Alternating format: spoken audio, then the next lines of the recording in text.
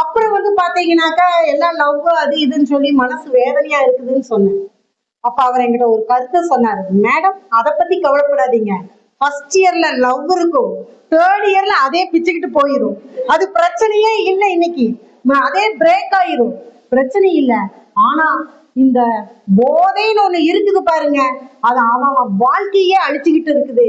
அவர் ஒரு உதாரணம் சொன்னாரு, அதே மாதிரி எத்தனையோ குழந்தைகள் இன்னைக்கு அதால பாதிக்கப்பட்டிருக்கிறாங்க. எந்த குழந்தையும் நல்ல குழந்தைதான் இந்த மண்ணில் பிறக்கையிலே நல்லவராவதும் தீயவராவதும் அன்னையின் வளர்ப்பினிலே என்ற காலங்கள் மாறி எந்த குழந்தையும் நல்ல குழந்தைதான் இந்த மண்ணில் பிறக்கையிலே நல்லவராவதும் தீயவராவதும் நண்பர்களின் சேர்க்கையிலே என்கின்ற ஒரு காலகட்டத்திலே வாழ்ந்து கொண்டிருக்கிறது.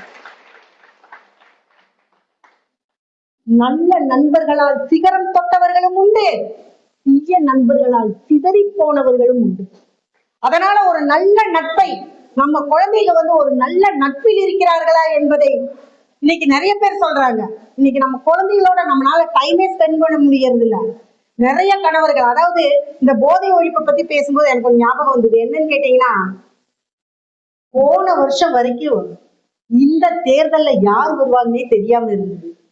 நிறைய பேத்துக்கு நாம எந்த தொகுதி, நம்ம எந்த கட்சியில நிக்கிறோம் அப்படின்னே தெரியாம இருந்தது. இன்னைக்கு அவங்க எல்லாம் அமைச்சர் ஆயிட்டாங்க. அதனால உங்ககிட்ட எல்லாம் ஒரு கருத்தை வைக்கிறேன். ஏன்னு கேட்டா, அடுத்த தேர்தல் உங்களுக்குள்ள யாராவது அமைச்சர் ஆகலாம், எம்எல்ஏ ஆகலாம். எதுக்கோ எல்லாம் இன்னைக்கு மருந்து கண்டுபிடிச்சிட்டு இருக்கிறாங்க. ஒரே ஒரு மருந்தை கண்டுபிடிக்க சொல்லி நம்ம சட்டசபையிலையும் பாராளுமன்றத்திலையும் பேசுங்க. அது என்னன்னு சொன்னா, ஒரு மாத்திரைய சாப்பிட்டா திருப்பியும் டாஸ்மாக் பக்கம் திருப்பி பார்க்காத அளவுக்கு ஒரு மாத்திரையை கண்டுபிடிங்க. அதைய கண்டுபிடிச்சா இன்னைக்கு பல குடும்பங்கள் காப்பாற்றப்படும். இன்னைக்கு நிறைய பெண்கள் என்கிட்ட சொல்றாங்க,